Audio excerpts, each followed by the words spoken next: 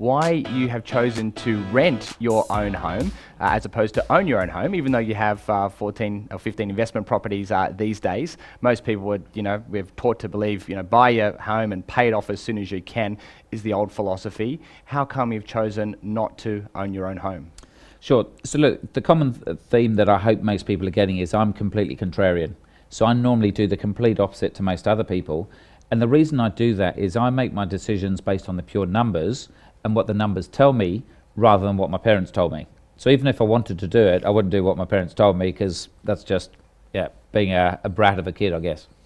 So what I started to work out was very expensive homes don't rent for a lot of money, because anyone that can afford the rent doesn't want to rent because rent people are seen as poor people. There's always that kind of negative connotation that if you can't afford to buy your own home, you're poor. And I don't care about that. So I'm happy to go with it. So basically what I found, if you think of Monopoly, I'd go and buy lots of those little green houses that are affordable to everyone that effectively get landed on all the time. And that collects me a lot of rent.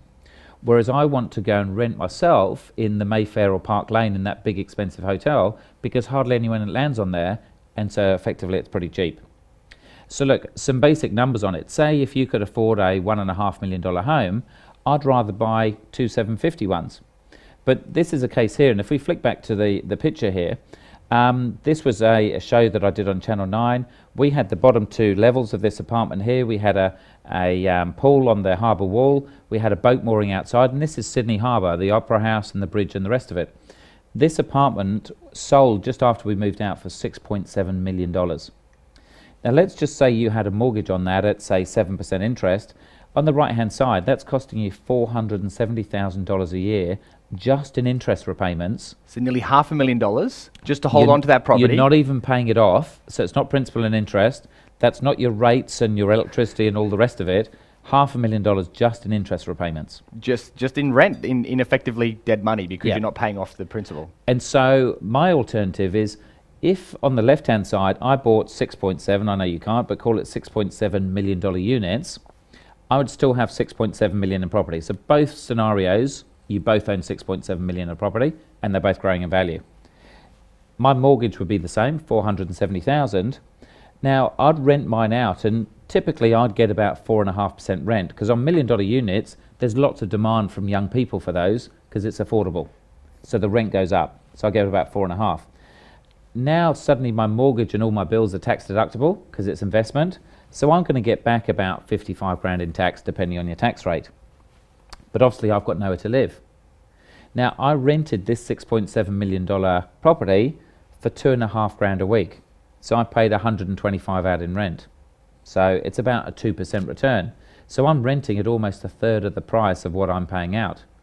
So if you add my mortgage, which is the same, the rent in, my tax back, and then the rent out I'm paying, effectively to own 6.7 million of investment property and live in a $6.7 million home cost me $250,000 versus $500,000.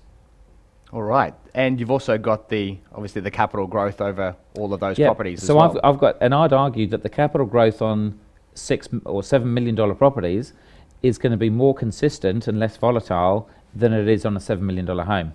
And we all know that sometimes homes of that value can come back a couple of $1 million in the GFC or big Exactly. In times of financial crisis. crises, that could take you a year or two to sell. Effectively, it could be unrented for 3, 6, 12 months at a time. And it's a big liability. And so it's definitely not the kind of thing that I want to get into. And so whether you get into $2 million homes or 5 or 10 million, generally as it gets more expensive, the rent return comes down. Suddenly all your expenses are tax deductible. And so what I worked out is whatever I could afford to live in, I could afford to rent somewhere 3 times more expensive and still have the same value of property. And have the better capital growth potential as well, without the downside. Fantastic. Awesome. So, all right. But again, the logic is poor people rent. So I don't mind being poor because I'm in a harbourside mansion versus being in a house with no view in the middle of nowhere because that's all I could afford. And at the end of the day, life's for living. We know a lot of people that have worked hard and only got to enjoy it in their 60s, 70s and 80s, or never got a chance to enjoy it because they died too soon. But you're able to have your cake and eat it too effectively. And so the classic argument is, well, you can't do whatever you want to it. Well, yes, I can.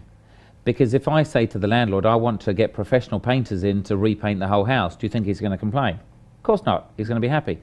Or if I needed to put a new kitchen in, I put hot water systems into the pool so we can use them for 6 or 9 months versus 3. It cost me $1,000 to get the electricity in. It cost another $1,000 to get it plumbed in and plumbed out. And people would say, well, why would you do that? Well, I'm saving $250,000. So if I spend 10, 20 or 30 grand, even if it improves my landlord's property, sure, it's helped someone else, but who cares? He's even less likely to throw me out at the end of the year because I've improved his property. I'll say, look, this year I'll give you a kitchen, next year I'll give you a bathroom, next year I'll paint the house.